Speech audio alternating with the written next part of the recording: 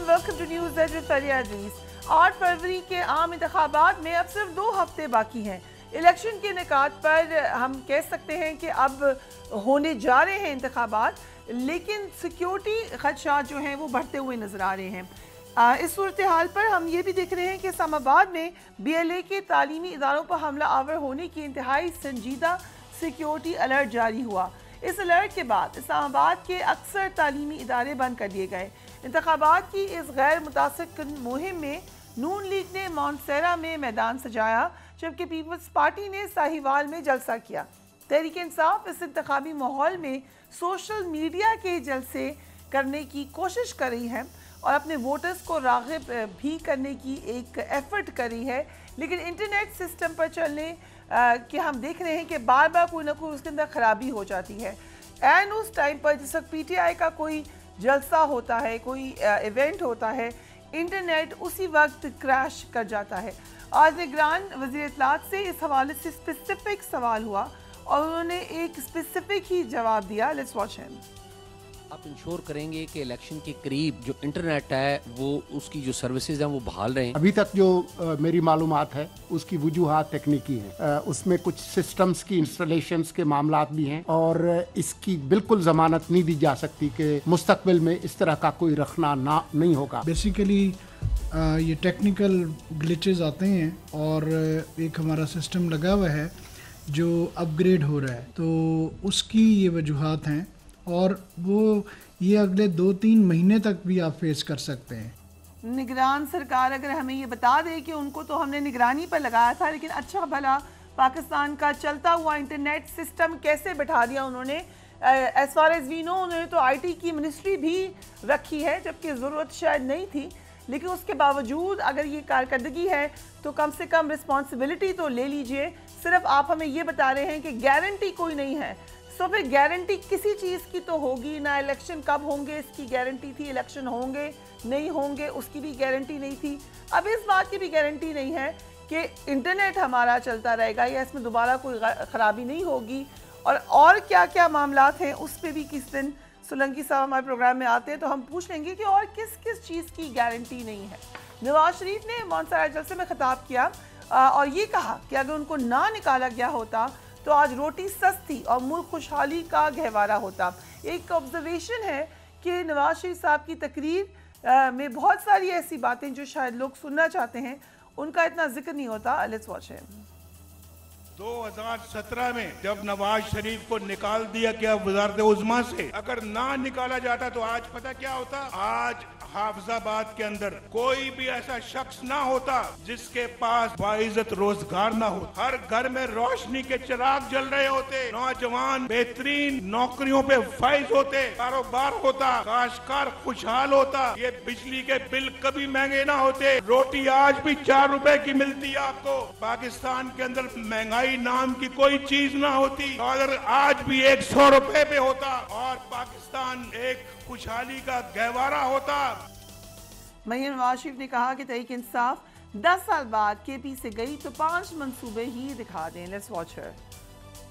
खैबर पख्तूनख्वा कोई तजर्बागाह नहीं है कि कोई आए और तजर्बा करके चलता बने। झूठ बोल के आए, धोखा दे के आए कि 1 करोड़ नौकरियां दूंगा, 50 लाख घर बनाऊंगा, 1 अरब दरख्त लगाने थे और जो लगे हुए थे वो भी उखाड़ के उनकी लकड़ी बेच के खा गए। 10 साल बाद हुकूमत करके निकले खैबर पख्तूनख्वा से। 10 साल में 10 नहीं तो 5 अस्पताल दिखा दो जो तुमने खैबर पख्तूनख्वा में बनाए हो, 5 सड़कें दिखा दो जो तुमने पूरे खैबर पख्तूनख्वा में बनाई हो। और आज इनसे पूछो कि 5 साल हुकूमत गई है, कोई 5 मंसूबे दिखा दो तो प्रोग्राम से उठ के दौड़ लगा देते हैं। इन जलसों में जिनसे मुकाबला कर रही थी PMLN या जिनको याद कर रही थी वो तो जलसे कर नहीं सक रहे हैं, ना ही वो इस वक्त कई मंजरनामे पे हैं। बानी तहरीक इंसाफ इस वक्त जेल में हैं और कई केसेस का सामना कर रहे हैं। एक केस साइफर का है। आज डयाला जेल में इस केस की समाअत में साबिक सेक्रेटरी खारजा समेत 4 गवाहान के बयानात कलमबंद हुए। साबिक सेक्रेटरी खारजा के बयान के दौरान प्रोसिक्यूटर की मुदाखलत पर शाह महमूद कुरैशी बरहम नजर आए। दौरान समाअत बानी तहरीक इंसाफ ने मीडिया से गुफ्तगू की कोशिश की तो उनको रोक दिया गया, जिसके ऊपर नाराजगी का इजहार हुआ। इस पर अलीमा खान ने भी स्टेटमेंट दी, उनको भी देखिए। आज कोर्ट रूम में इमरान खान बात कर रहे थे मीडिया के साथ। जो यहाँ के सुपरिटेंडेंट ने उन्होंने आके उनके साथ बड़ी सख्त कलामी की और बदतमीजी भी की उनके साथ। और हमें भी बड़ा अफसोस हुआ कि हमने उनसे पूछा आपने खान साहब के साथ बदतमीजी क्यों की, तो उन्होंने कहा इसलिए क्योंकि उन्होंने मुझे तुम कह दिया था। हम यही कह सकते हैं जो पहले वाले आपके हुक्मरान थे शायद इनको उन्हीं की आदत होगी कि वो इनको बिल्कुल सारों को गुजरते गुजरते ये हमजा वगैरह तो उनको पीछे धक्का दे के इनको सीधा करके रखते हैं। उसके ऊपर इमरान खान को भी गुस्सा चढ़ा, वहाँ मीडिया वाले भी लोग थे, उन्होंने उनके सामने काफी नाराजगी का इजहार भी किया था। रऊफ हसन साहब हमारे साथ मौजूद हैं। Thank you so much for being on the programme. Rauf Hasan साहब, मैदान खुला है इस वक्त और आपके अपोनेंट्स जो हैं वो फुल फ्लेज्ड कैंपेनिंग में हैं, कितना नुकसान होगा इसका आपको? थैंक यू फरिया। नुकसान तो हमें नहीं होगा जी, क्योंकि ये जिस किस्म की झूठ अमेज गुफ्तगू ये लोग करते हैं उससे ये खुद एक्सपोज हो रहे हैं। हम एक्सपोज नहीं हो रहे, इससे ये खुद हो गए। तो ये हमें इनकी जो झूठ अमेज गुफ्तगू है यही काफी है हमारे इलेक्शन कैंपेन। क्योंकि लोगों को इनका खोखलापन, इसके अंदर की कहानी जो है वो साफ नजर आती। सो यू थिंक आपको जरूरत ही नहीं है कैंपेनिंग की? हमें इलेक्शन की कैंपेन की जरूरत नहीं है, लेकिन हमारे जो कंस्टिट्यूंसी लेवल के ऊपर लोग जो हैं वो एक्टिव हैं, वो काम कर रहे हैं अपनी अपनी कंस्टिट्यूंसी में। हमारे उम्मीदवारान और उनके सपोर्टर्स जो है वो काम कर रहे हैं और इंशाअल्लाह हम सोच रहे हैं कि हम ये जो आखिरी 2 हफ्ते हैं इनमें एक प्रॉपर नेशनल बेस्ड कैंपेन जो है उसका भी हम आगाज करें। जिसकी हमें actually to be honest about it, हमें वर्चुअल कैंपेन। लेकिन मैं उस पर आ रहा था कि अगर इन लोगों को बल्ले का खौफ ना हो, इन लोगों को इमरान खान का खौफ ना हो, इन लोगों को हमारी जीत का खौफ ना हो, तो ये फिर हमें स्पेस दें। लेकिन इन्हीं लोगों, झूठ बोलने वाले लोगों ने, जिनके स्किट्स आपने चलाए हैं, इन्होंने रियासत के हर इंस्टीट्यूशन को इस्तेमाल करके, वो ब्यूरोक्रेसी हो, वो जुडिशरी हो, वो ECP हो, वो FBR हो, इन्होंने वर्चुअली जमीन जो है हमारे ऊपर और हमारे लीडरान के ऊपर तंग करने की कोशिश की है। लेकिन उसके बावजूद 2 साल हो गए कि हम लोग ना सिर्फ सरवाइव कर गए हैं, बल्कि हम उतने ही वाइब्रेंट है, उतने ही पैशनेट है हमारे वर्कर्स जितने के वो पहले थे, बल्कि ये कहा जाए कि अब वो पहले से ज्यादा पैशनेट है। राइट, बट क्वेश्चन है इसकी तहरीक इंसाफ तो ये कह रही है कि उन्हें इलेक्शन मुहिम चलाने की इजाजत नहीं दी जा रही, लेकिन अब आप कह रहे हैं कि आपने प्लान बनाया है कि लास्ट 2 वीक्स में ये कैंपेन होगी। सो आपको इजाजत है, आपके ख्याल से कोई प्रॉब्लम नहीं होगी? क्योंकि कुछ लोगों का तासुर ये है कि शायद इंतजामिया का इतना मसला नहीं है, आपके लोग खुद भी थोड़ा घबरा रहे हैं।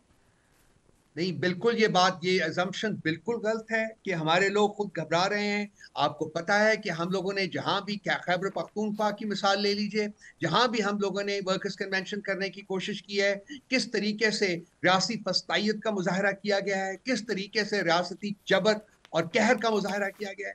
आप लोग देख रहे हैं उसको, मीडिया ने देखा है उसको। ये और बात है कि मीडिया जो है इस वक्त गैग्ड है और वो ये हकायक बयान नहीं कर सकता। ये एक और बात है कि मीडिया सच बोलने से कासिर हो चुका है। नॉट गैग्ड राइट नाउ, अल्हम्दुलिल्लाह, नॉट सेइंग कि बाकी लोगों को मसले नहीं होंगे, लेकिन मैं तो ओपन क्वेश्चन आपसे कर रही हूँ, आपको ओपन फोरम दे रही हूँ कि do you have a problem in campaigning? आपने कहा हमें जरूरत ही नहीं है कैंपेनिंग। एब्सोल्युटली हमें डिस्ट्रिक्ट एडमिनिस्ट्रेशन किसी किस्म का जलसा जुलूस निकालने की इजाजत नहीं देती हैं, और अगर हमारे वर्कर्स जो हैं या हमारे लोकल कैंडिडेट्स जो हैं वो अपने इनिशिएटिव के ऊपर कुछ करने की कोशिश की जाती है, करते हैं, तो उसके बाद रियासती फस्तायत जो है वो अपना पूरे जबर के साथ हमार ऊपर मुसल्लत हो जाती है, हमारे वर्कर्स को मारती है, अरेस्ट करती है, उनको फोर्स कन्वर्शंस की जाती हैं उनको, और जो जलसा गाह होती है उसको उखाड़ कर फेंक दिया जाता है। इसकी वजह से कुछ लोग अब नेचुरली घबरा रहे हैं कि वो नहीं, आपने खुद ही कहा खैबर पख्तूनख्वा में देखिए, पंजाब में हमने ऐसा कुछ नहीं देखा। सो इट मीन्स कि if there is a will there is a way. Khyber Pakhtunkhwa के लोगों ने दिखाई, पंजाब में ऐसा नहीं हुआ। पंजाब में भी इस पर रेडिकल लीजिए लोग जो है वो निकले हैं। खान साहब की चूंकि हिदायत थी कि लीडरान जो है वो बाहर नहीं निकलेंगे ताकि वो पकड़े ना जाएं, अपने आप को अरेस्ट ना होने दें, इसलिए वो नहीं निकले। जी बिल्कुल नहीं निकले, लेकिन वर्कर्स लेवल के ऊपर डेमोन्स्ट्रेशंस जो हैं वो जुलूस जो हैं वो शुरू हो चुके हुए हैं, और इसी कहाँ किधर? कंटिन्यूटी में बात कर रहा था कि हम लोग सोच रहे हैं कि अब आखिरी 10-12 दिन जो हैं इसमें हम पूरे जोर और शोर से अपने जलसे जुलूस जो हैं उनको मुनक्किद करने की कोशिश करें। एक साहब थे जो कह रहे थे और क्लेम भी कर रहे थे, नजर भी आया था, वो निकलते थे और काफ़ी लोग आ जाते थे, शेर अफजल मरवत। उन्होंने कोशिश की कि वो खैबर पख्तूनख्वा से भी निकल के करें, उनसे तो आप नाराज़ हो गए, वो आपसे नाराज़ हो गए। उन्होंने तो इल्ज़ाम भी लगाया आप पे कि रऊफ़ हसन ने बानी तहरीक इंसाफ मुखालिफ सहाफ़ियों को टिकट दिलवाए हैं, और वो काफ़ी I don't want to repeat that जो उन्होंने बात की। डोंट यू थिंक कि एटलीस्ट वो कोशिश कर रहे थे? देखिए, वो जो अपना उनको खान साहब ने काम दिया हुआ था वो काम कर रहे थे। हमारी कोई इख्तलाफात नहीं थे। कोई मिसअंडरस्टैंडिंग हो जाती है, इतनी बड़ी पॉलिटिकल पार्टी है जिसमें थोड़ी बहुत अगर मिसअंडरस्टैंडिंग हो भी गई हो तो वो भी it's story of the past, you know, it does not exist any longer. Number one. Number two, ये जो पंजाब की बात आप कर रहे हैं, मैं उसी की बात दोबारा करना चाहता हूँ, क्योंकि आपको पता है कि जो हमारे साथ, जो हमारी पॉलिटिकल पार्टी के साथ पिछले 2 साल में और खासकर 9 मई के बाद हुआ है, वो आपके सामने है। इसकी वजह से वो लोग जो कि अरेस्ट होने से बच गए थे वो अंडरग्राउंड चले गए हुए हैं, और ये खान साहब की इंस्ट्रक्शंस के मुताबिक वहां थे, और वो कह रहे थे कि आपने नहीं निकलना उस वक्त तक जब तक कि मैं आपको कॉल न दूं। हम उम्मीद कर रहे हैं, जैसा कि मैंने पहले भी कहा है, कि आखिरी 10, 12, 14 दिनों में 2-1 हफ्ते रह गए, इसमें वो लीडरान जो हैं और वर्कर्स जो हैं वो बाहर निकलेंगे, और हमें इजाजत दें या ना दें, हम एक पॉलिटिकल पार्टी है, हम नहीं चाहते कि हम कानून अपने हाथ में लें। मैंने बारहा कहा है कि हमारे पॉलिटिकल पार्टी हैं, हम हमारी एक पॉलिटिकल अहदाफ हैं, हम उनको कानून के दायरे में रह के, आइन के दायरे में रह के उनको हासिल करने की कोशिश करेंगे। लेकिन इलेक्शन इतना करीब होने के बावजूद अगर हमें हमारे आईनी हकूक, हमारे कानूनी हकूक नहीं दिए जाएंगे तो फिर हमें कुछ ना कुछ तो करना पड़ेगा ना। हमने इलेक्शन में जाना है, मतलब कुछ ना कुछ करना पड़ेगा। मतलब हाँ, हम अपने जो पॉलिटिकल जलसे जुलूस जो हैं वो निकालने की कोशिश करेंगे। उसके बाद आप खुद देख लेंगे कि रियासत क्या करती है हमारे साथ। लेकिन जो बयान आया है आज बानी चेयरमैन का कि इतवार के दिन तमाम लोग बाहर निकलें, पहले तो ये आया है, ये बयान, ये रिपोर्ट हुआ है, डिड ही से दैट? जी, ये बयान जो है ये मुख्तलिफ चैनल से रिपोर्ट हुआ है। कुछ सहाफ़ी हजरात ने ट्वीट भी किए हैं, और जो जेल के बाद जो गुफ्तगू हुई है उसमें भी ये बयान किया गया है, और हम इसको हम अपने ज़राए से इसके बारे में मजीद मालूमात लेने की कोशिश कर रहे हैं। अगर ये बयान ठीक, अगर ऐसा बयान दिया गया है, बाहर निकलने का क्या मतलब है? बाहर निकले हैं क्योंकि लेट्स नॉट फॉरगेट कि 9 मई का बैगेज है अभी पीटीआई पर। देखिए, बाहर निकलने का मतलब सिंपल ये है कि हम पुरअमन सियासी सरगर्मी जो है उसको शुरू करना चाहते हैं। इलेक्शंस आ रहे हैं, 2 हफ्ते रह गए हैं, ये हमारा आईनी और कानूनी हक है। हम इसको डिमांड करेंगे कि हमें दिया जाए। हम पुरअमन सियासी जलसे जुलूस जो है वो निकालने की कोशिश करेंगे। इसके अलावा हमारा और कोई मतलब नहीं है। इस वक्त क्योंकि आप बहुत ज़्यादा इन्हिसार करें सोशल मीडिया पर, अगर इंटरनेट बंद हो जाता है, जैसे कि आज सोलंकी साहब ने कहा है, इंफॉर्मेशन मिनिस्टर ने, कि देयर इज नो गारंटी, कितना बड़ा धचका लगेगा पीटीआई को? देखिए, ये कहते हैं ना जी कि टेक्निकल खराबी है, तो ये टेक्निकल खराबी जो है वो हफ्ते के 7 दिन होते हैं। उन 7 दिनों में नहीं होती, सिर्फ उस आवर पे होती है जिस वक्त हमारा प्रोग्राम होना होता है। तो इसको चाहिए कि झूठ भी बोले अगर ये शख्स मिनिस्टर ऑफ डिसइंफॉर्मेशन, तो किसी तरीके से करे। मतलब इन्होंने तो मतलब इंतहा कर दी है ना। वो उनकी नवाज शरीफ साहब खड़े होते हैं तो वो झूठ का एक मीनार खड़ा कर देते हैं। उनकी साहिबजादी करती हैं तो उस मीनार के ऊपर मीनार बनाने की कोशिश करती हैं। अंदर से खोखले हैं ये लोग। इन्होंने मुल्क को लूटने और उस लूटने के अलावा कुछ और किया नहीं हुआ। अगर इनके पास लूट का माल ना होता तो बता देता है ना कि वो कहाँ से वो सारी प्रॉपर्टीज बनी है। वो कहानी है पूरी 5 साल के ऊपर फैली। राइट, तो ये we're taking a quick break, Rauf Hassan Saab. We'll be right back.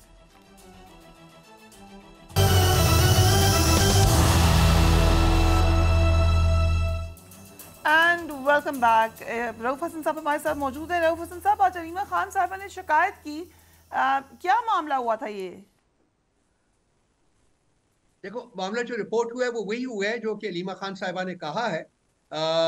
जब खान साहब केस की हेयरिंग के दौरान जो है उन्होंने मीडिया से बात करने की कोशिश की, तो इसने सुना कि जो सुपरिटेंडेंट था उसने बदतमीजी से खान साहब को रोका और कहा जी कि आप मीडिया से बात नहीं कर सकते। तो उसके ऊपर उन्होंने कहा कि भाई एक तो ये बदतमीजी से जो बात कर रहा था, तो उन्होंने भी फिर उसको जवाब दिया कि जी मेरा हक है कि मैं मीडिया से बात करूं, तो आप मुझे क्यों रोक नहीं सकते हैं।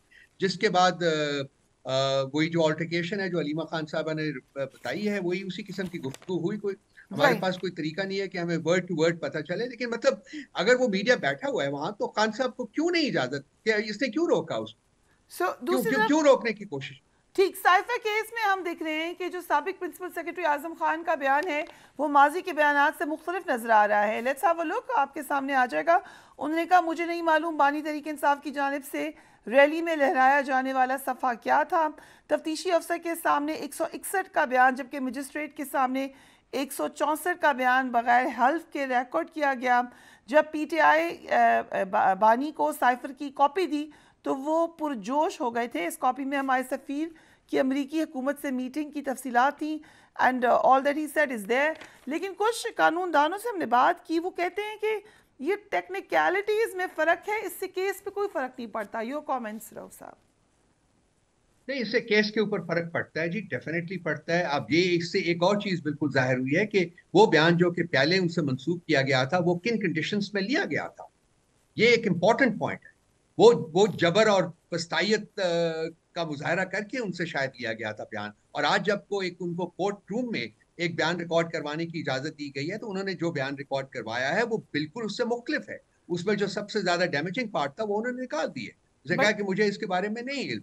क्या किया जो कोर्ट रूम में आके फिर उससे मुनकर हुए। तो मेरा ख्याल है कि मेरी बात भी हुई है आज 2-3 लॉयर्स से, इससे अपनी जो हमारी टीम के लॉयर्स हैं, उन्होंने कहा जी कि वो तो बस्ट हो गया, केस खत्म हो गया, इसके बाद तो रहते ही नहीं है। इसी बयान के ऊपर वादा माफ गवाह बनाने की कोशिश की गई थी उनको, और कहा गया था कि वो वादा माफ गवाह बनेंगे। वो ना सिर्फ ये कि उन्होंने वादा माफ गवाह बनने से इनकार किया, बल्कि उन्होंने अपना जो बयान रिकॉर्ड करवाया था वो उससे भी पार्टली मुनहरफ हो गए।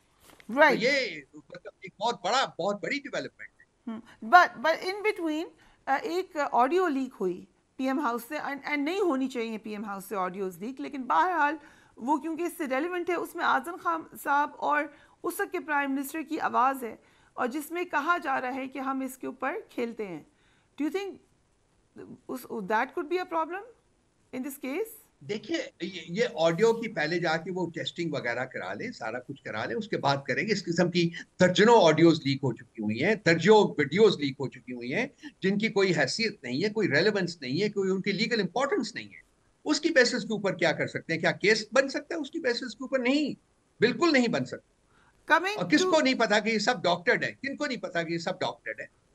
इनमें से ज्यादातर चीजें जो सामने आई है वो डॉक्टर्ड है। ठीक, कमिंग टू PTI के इंटरनल मैटर्स, शाह महमूद कुरैशी का स्टेटमेंट आपने देखा होगा। उन्होंने कहा कि Fawad Chaudhry, by the way Fawad Chaudhry साहब ने अब इलेक्शन से वो उन्होंने विड्रॉ कर लिया है, मगर उन्होंने कहा कि इमरान इस्माइल और दीगर लोग मेरे पास जेल में मिलने आए कि हम एक अलग ग्रुप बनाते हैं, आज़ाद हैसियत में इलेक्शन लड़ेंगे।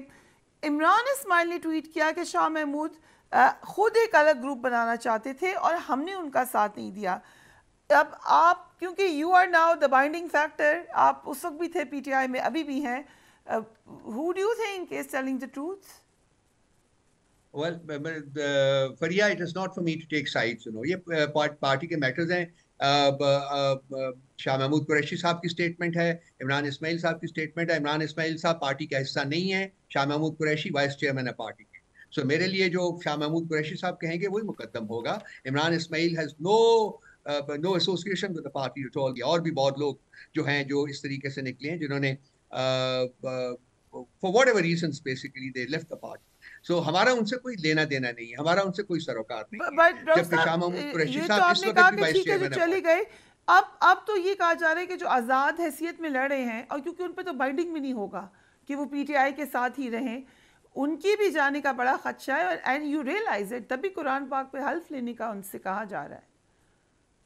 देखिए, जो हमारे साथ हमारे ECP ने या जो सुप्रीम कोर्ट ने हमारे साथ किया है, उसके बारे में हम बहुत से बयानिए जारी कर चुके हुए हैं। मुझे उसमें दोबारा जाने की जरूरत नहीं है। लाजमी बात है कि एक एजेंडा के तहत हमें डिप्राइव किया गया है हमारे फंडामेंटल राइट से, पॉलिटिकल पार्टी की हैसियत से।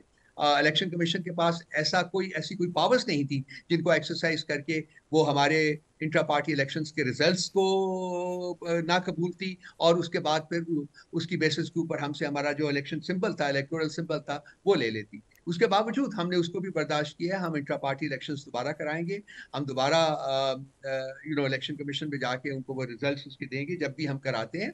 लेकिन इन समान चीज़ों के बाद हमारे पास ऑप्शन कोई नहीं था पर यह कि हम इंडिपेंडेंट जो है अपने कैंडिडेट्स को बतौर इंडिपेंडेंट्स जो है वो फील्ड में उतारे और उसके बाद फिर जब वो जीते तो वो पार्टी के प्लेटफॉर्म से आके अपना पार्टी के साथ आर यू कॉन्फिडेंट कि आपके साथ ही रहेंगे या हाँ। लुकिंग एट द रीसेंट पास जो कुछ हुआ है, पीटीआई के मेंबर्स छोड़ के गए हैं, आपको लगता है कि ये खदशा बहरहाल मौजूद रहेगा? नहीं, देखें, खदशा तो हमेशा इसको आप कंप्लीटली एलिमिनेट नहीं कर सकते। I be very honest about it, you can not, because unfortunately इसी मुल्क में मवेशी मंडियां लगती रही हैं। हमारी हुकूमत जो है जब उसको निकालना था तो उस वक्त भी मवेशी मंडी लगी थी सिंध हाउस में। आपको याद है आसिफ जरदारी साहब जो थे वो नोट बांटते हुए देखे गए थे, पकड़े गए थे। ये लगता होता रहा है ये मुल्क की पकड़े गए थे, लेकिन आप लोगों ने कहा था कि लगाए हैं उन्होंने। चले देखिए, जो इस मुल्क की जो इलेक्टोरल तारीख है उसमें लोगों के ज़मीर बहुत बसा औकात हर जगह खरीदे जाते रहे हैं। मुशर्रफ साहब जब आए थे तो उन्होंने हुकूमत बनाई थी तो आपको याद है कि पीपल्स पार्टी और पीएमएलएन के तमाम लोग वर्चुअली छोड़ चुके हुए थे। उसके बाद भी 2013 में 2000 और उससे पहले जो 2009 में मेरा ख्याल है इट्स एंटायरली पॉसिबल कि जो आपके आजाद कैंडिडेट हैं पीटीआई के सपोर्ट से जीते और फिर छोड़ के चले जाएं।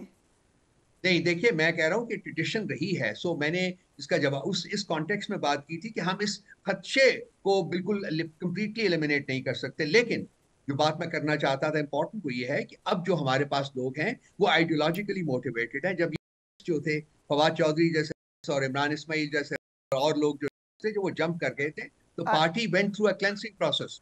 और आज जो पार्टी है हमारे पास कि हम उन्हें ये ना कहें, they not here, so no, तो ठीक है, आप मैं क्या कहूं, you can say it. Yes, नहीं, ये गाली वाली तो है नहीं है जी, ये तो उनका मैंने डिस्क्राइब किया उनको। वो यही करता है ना, जब शिप बॉबल करता है तो वो जंप करता है and it jumps to its own political death. That is what they have done. Let's say, to be to the other side, आगे my question is, do you really blame all of them? जब आप खुद बताते हैं कि हालात मुश्किल बनाए गए, तो आप लिटरली उनसे नाराज हैं या समझते हैं वो मजबूर भी हो सकते हैं? नहीं, देखिए, हर किस्म की पॉसिबिलिटी है, लेकिन ये वो लोग हैं, मेरा ख्याल है चंद लोग ऐसे हैं जो कि उस किस्म के हालात क्रिएट होने से पहले ही इन लोगों ने वो डबल एज वेपन के तौर के ऊपर अपना एक रोल अदा किया था और पार्टी को डैमेज किया था अंदर से। मैं इससे ज्यादा और बात नहीं करना चाहूंगा। आपका पॉइंट ठीक है कि वो यहाँ मौजूद होते तो फिर ज्यादा खुल के बात हो सकती थी। लेकिन ये जो खौफ है कि जी वो हमारे जो लोग हैं इंडिपेंडेंट्स वो चले जाएंगे, मेरा ख्याल है कि अब इसलिए नहीं है कि आज की जो पार्टी है हमारे साथ, वो क्लेंसिंग प्रोसेस के बाद, ऐसे लोगों के चले जाने के बाद वो आइडियोलॉजिकली मोटिवेटेड है, वो एक मिशन के साथ है, वो एक विजन के साथ है। वो सिर्फ पार्लियामेंट में जाने के लिए पीटीआई के साथ शामिल नहीं है, बल्कि वो जो तमाम कॉम्प्रिहेंसिव मिशन है खान साहब का, उसकी तकमील के लिए उनके साथ है। और हमें मुकम्मल उम्मीद है कि ये लोग जो है ये पार्टी के साथ खड़े रहेंगे जीतने के बाद। Let me share this quickly कि जिस वक्त 30 अक्टूबर का जलसा हुआ था, 27 अक्टूबर का, उस वक्त आप जो पहला मैंने प्रोग्राम किया था एक और चैनल के ऊपर, सो उसमें यू वर माय गेस्ट। उस वक्त बहुत कम लोग थे पीटीआई में and you were there at that time also, but then you disappeared. फिर जब आप दोबारा आए तो लोगों ने पूछा ये क्या कोई नहीं आए हैं? तो ये भी तो एक हकीकत है कि आपके आइडियोलॉजिकल वर्कर को लोग फेस से नहीं जानते। देखिए, मैं पार्टी का मेंबर हूँ उस वक्त से जब अभी पार्टी बनी भी थी। मैं हमेशा पार्टी के साथ रहा हूँ, मैंने एक दिन के लिए भी पार्टी को नहीं छोड़ा।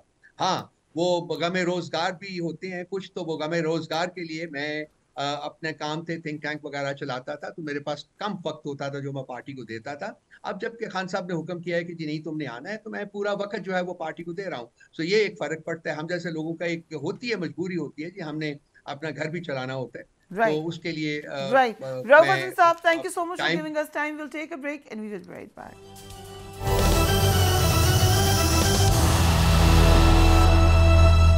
And welcome back. मुल्क में इलेक्शन का माहौल 90 की दहाई में दाखिल होता दिखाई दे रहा है। बानी तहरीक इंसाफ जेल में है, लेकिन इल्ज़ाम तराशी की सियासत आज भी जारी है। इस वक्त 90 की दहाई की हरीफ जमातें पीपल्स पार्टी और नून लीग आमने सामने हैं। बिलावल भुट्टो नून लीग की क़यादत पर ताबड़तोड़ हमले कर रहे हैं। कुछ दिन पहले वो ये भी कह चुके हैं कि हम 2 पार्टी सिस्टम की तरफ जाते हुए नजर आ रहे हैं। दूसरी तरफ नून लीग के कायद बराह रास्त उनके इल्ज़ामात का जवाब नहीं दे रहे, ताहिम उनके दीगर रहनुमा बिलावल भुट्टो पर जवाबी तनकीद ज़रूर कर रहे हैं। हमारे साथ मौजूद हैं शाही रहमान साहिबा, पीपल्स पार्टी की सीनियर लीडर हैं। Thank you so much for being on the programme Shahi Rehman. Bilawal Bhutto भरपूर अंदाज में अब इलेक्शन मुहिम तो चला रहे हैं, लेकिन साथ ही साथ वो मुसलसल PMLN को निशाना भी बना रहे हैं। एक तरफ वो कहते हैं तलखियाँ कम करनी है, दूसरी तरफ 90 की दहाई की तरफ धकेलते हुए नजर आते हैं। ये तो तजाद है। शुक्रिया फरिया।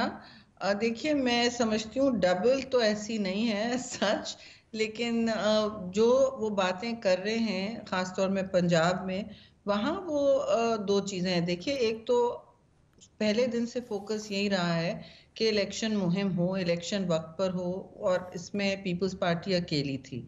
अब चलिए कोई सरगर्मी शुरू हुई है तो थोड़ा सा उसमें भी आगे निकले। और फिर पंजाब में जो बात हुई है, और पहले दिन से हम तो कह रहे हैं कि हम तकसीम की सियासत को ख़त्म करना चाहते हैं और एक हीलिंग हो, ट्रूथ एंड रिकन्सिलिएशन की भी साहिवाल में आज बात हुई है।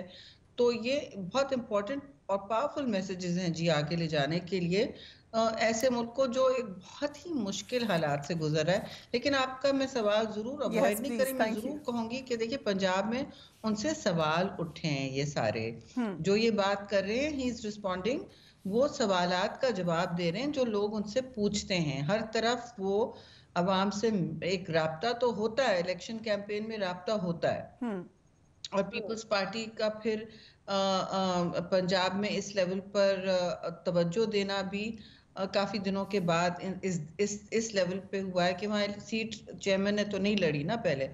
तो अब ये इस सूरत हाल में ये सवाल जरूर उठता है, तो ही इज रिस्पॉन्डिंग टू, वो उनका जवाब भी दे रहे हैं, क्योंकि लोग पूछ रहे हैं कि भाई आप यही करेंगे जो वो करते हुए आए। तो ये सवाल उठ रहा है, और आई थिंक इलेक्शन के माहौल में हर तंजीम को अपने अपने झंडे भी गाड़ने होते हैं, अपनी मंशूर की बात करनी होती है, और अपना आगे के लिए रोड मैप जरूर देना पड़ता है। लेकिन रोड मैप में तो तरजीह एक ऐसी फलाही रियासत में है, और उसकी फाइनेंसिंग की भी बात की जा रही है।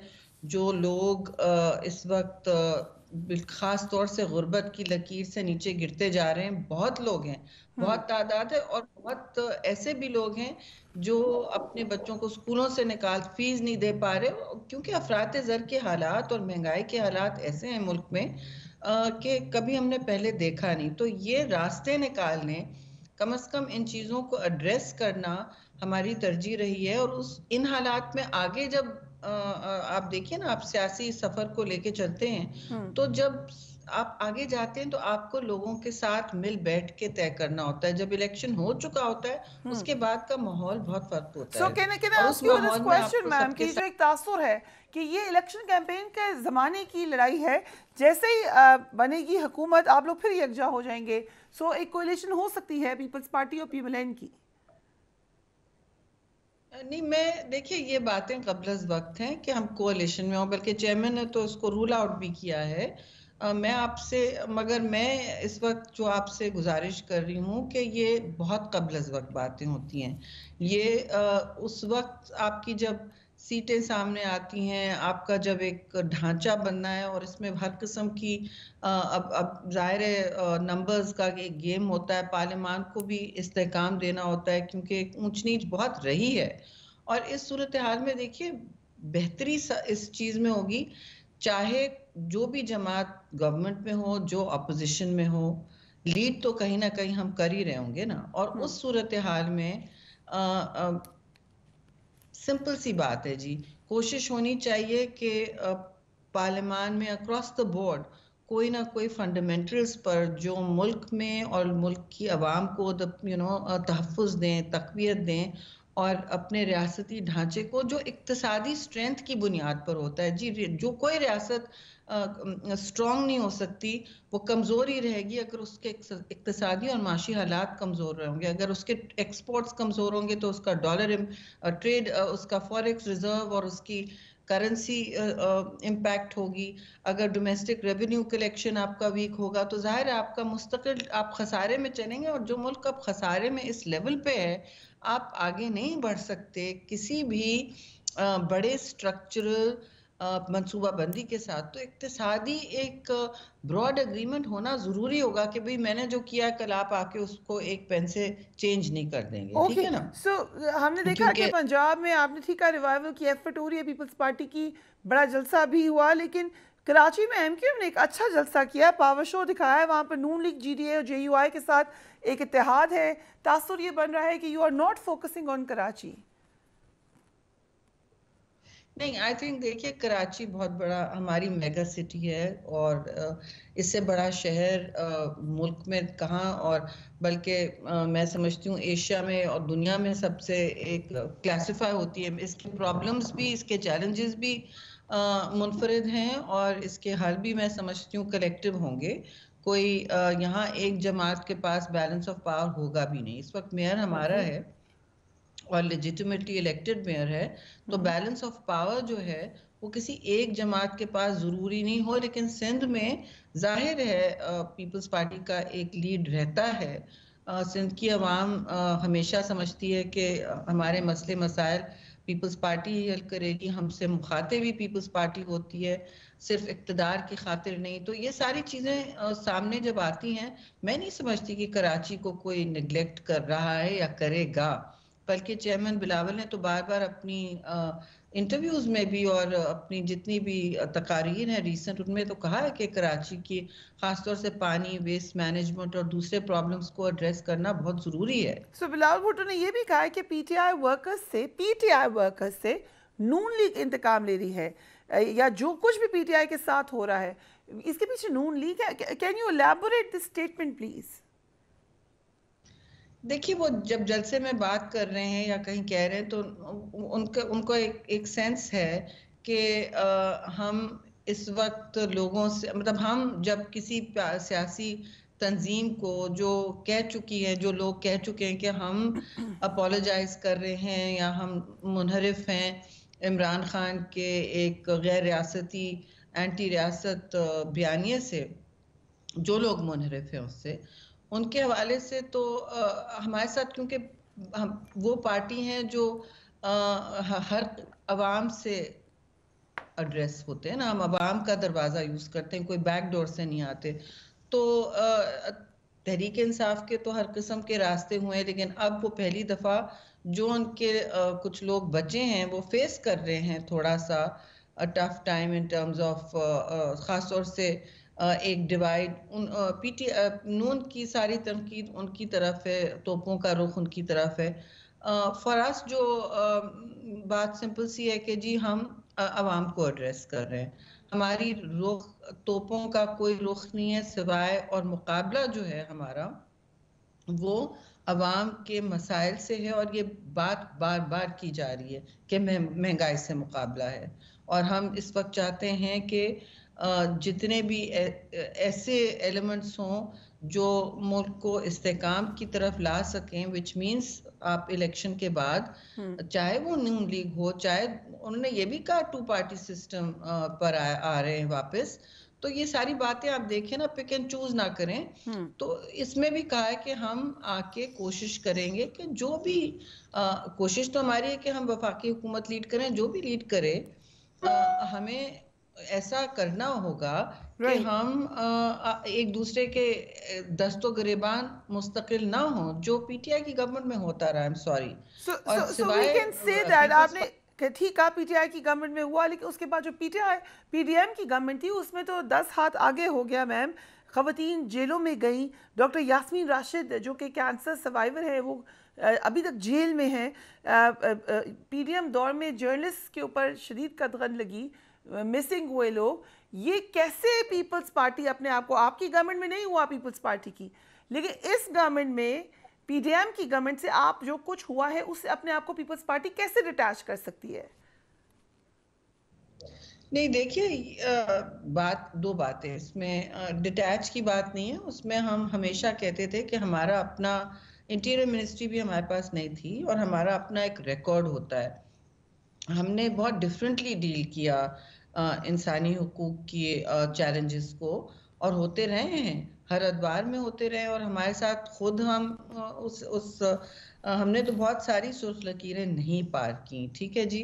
अब ये बात करने की है, आपने कहा कि खवातीन जेलों में गई, मुझे नहीं पता कि उस अदवार में उन 18 महीनों में कोई इतना खवातीन जेलों में गई, मगर बात यह कि हम सारे जेलों में जा चुके हैं ना। जेलों में जाना कोई वो बात नहीं है, लेकिन आप अपनी गैर रियासती सियासत आप उसके जो असरात हैं वो फेस करने होते हैं। लेकिन हमने कभी, ये मैं कहना चाह रही हूँ और पीपल्स पार्टी कहना चाह रही है, कभी हमने सेलिब्रेट नहीं किया, मिठाइयाँ नहीं बांटी किसी सियासी कारकुन के मुश्किलात पर। राइट, सो बिलावल भुट्टो ने ये भी कहा कि वो शहबाज शरीफ की कैबिनेट को छोड़कर अपोजिशन में बैठना चाहते थे, लेकिन जरदारी साहब ने कहा कि क्योंकि हमने वादा किया है, बाइंडिंग है, हम साथ रहेंगे। क्या इस फैसले से पीपल्स पार्टी को नुकसान नहीं हुआ? In hindsight don't you think कि बिलावल भुट्टो वाज राइट? देखिए, कोalition गवर्नमेंट्स में इस तरह की ऊंच नीच होती है, हमेशा होती है। आपको याद होगा कि हमारी पहली कोalition गवर्नमेंट जब थी 2008 वाली, उसमें तो नून लीग वाले निकल के छोड़ गए ना, जब उनको सियासी एक उसमें एडवांटेज लगा कि वो अपोजिशन में बैठे, तो वो निकल के छोड़ गए। स्वेर इन किया हमारे साथ, हुकूमत में रहे हमारे साथ, लेकिन फिर वो हुकूमत छोड़ गए, उनको शायद उसमें सियासी एडवांटेज लगा। अब सिचुएशन ऐसी, अब कहने को तो हम बहुत कुछ कह सकते हैं कि जी ये होता तो वो नहीं होता। अब नो कॉन्फिडेंस जो थी हमने साथ में की, और एक बहुत अहम और स्ट्रक्चरल जमहूरी कदम था ये। तो इसके लिए जब हम साथ थे तो आगे बढ़ना उस वक्त एक मंतकी कदम लगा। उसमें देखिए, अंदर खाने तो बहुत सारे डिफरेंसेस और सवालात होते हैं, हम हर कोalition गवर्नमेंट में होते हैं। It's how you manage that, और मैनेजमेंट उसकी लीडरशिप के पास होती है। राइट, टॉकिंग ऑफ लीडरशिप, आपने एज इंफॉर्मेशन मिनिस्टर सर्व किया है, ऑन प्रिंसिपल स्टांस आपने उस पर काम किया, we commend you for that. लेकिन निगरान वज़ीर इत्तलात मुर्तज़ा सरंगी से जब पूछा गया कि इलेक्शन के करीब इंटरनेट बंद तो नहीं होगा, उन्होंने कहा वो इसकी गारंटी नहीं दे सकते क्योंकि टेक्निकल मसाइल आ रहे हैं। Talking about credibility of election, कैसे देख रहे हैं आप निगरान इंफॉर्मेशन मिनिस्टर की स्टेटमेंट को? खुद एक सहाफ़ी रहे हैं, वो खुद एक वर्किंग प्रैक्टिसिंग सहाफ़ी रहे हैं, उनको बेहतर पता होना चाहिए क्या कहना है क्या नहीं है। और अगर कोई मजबूरी है या कोई बंदिश है, उसके बारे में आप लोगों से आपको शेयर करना चाहिए, और आपको उसकी वजूहात भी शेयर करना चाहिए। ये एक मुश्किल हालात में आपको करना पड़ता है, लोगों को कॉन्फिडेंस और एतमाद में लेना होता है। जी, सो पाकिस्तान और ईरान के मामलात अल्हम्दुलिल्लाह वे सीन के ये ठीक हो रहे हैं, लेकिन गुज़िश्ता साल जुलाई में पाक ईरान क्रॉस बॉर्डर मैकेनिज्म पर इत्तफाक हुआ था। इसमें कहा गया था कि इंटेलिजेंस शेयरिंग और दहशतगर्दों के खिलाफ जो कार्रवाइयाँ होंगी वो हम मिलकर करेंगे। हुआ क्या? व्हाट हैपेंड कि ईरान ने हमला कर दिया? देखिए, मैं तेहरान में से हमला जो हुआ, बिल्कुल हमारी दानिश में अनप्रेसिडेंटेड, और बिल्कुल सब लोग हैरान रह गए, शज़दर रह गए कि कहाँ से हमला आया, क्यों आया। जब हमारा ट्रेड डेलीगेशन चाबहार जाने को तैयार था और हमारे हाई लेवल पर दूसरे ममालिक में मल्टीलैटरल फोरम से मुलाकात भी चल रही थी, उनके फॉरेन मिनिस्टर ने केयरटेकर प्राइम मिनिस्टर से मुलाकात भी की थी, वहाँ ऐसी तो कोई बात नहीं हुई। मैं समझती हूँ ज़रूरी है कि सफारती ताल्लुकात रिस्टोर हो जाएं, और अच्छी मस्बत बात है कि ये हुआ।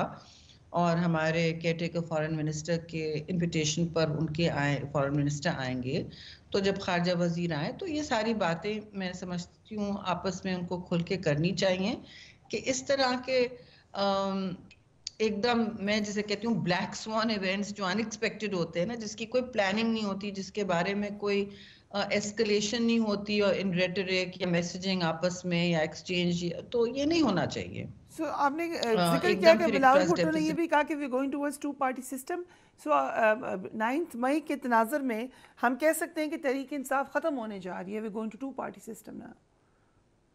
देखिए, ये तो मैं कोई ना नजूमी हूँ, ना मैं एक तबसरा करूंगी इन बातों पर। इलेक्शंस होते हैं, कभी सही होते हैं, कभी अवाम की स्विंग कहीं और होती है। तो ये बातें तभी होंगी जब आप रिजल्ट देखेंगे इलेक्शन का। इंशाल्लाह पीपल्स पार्टी लीड में होगी। साइंटिस्ट शहरीमान, thank you so much for giving us time. यकीनन ये बातें तभी होंगी जब इलेक्शन का रिजल्ट सामने होगा, लेकिन इलेक्शन होने से पहले ही बहुत सारे सवालिया निशान आ चुके हैं। Do take care of yourself. अल्लाह हाफ़िज़।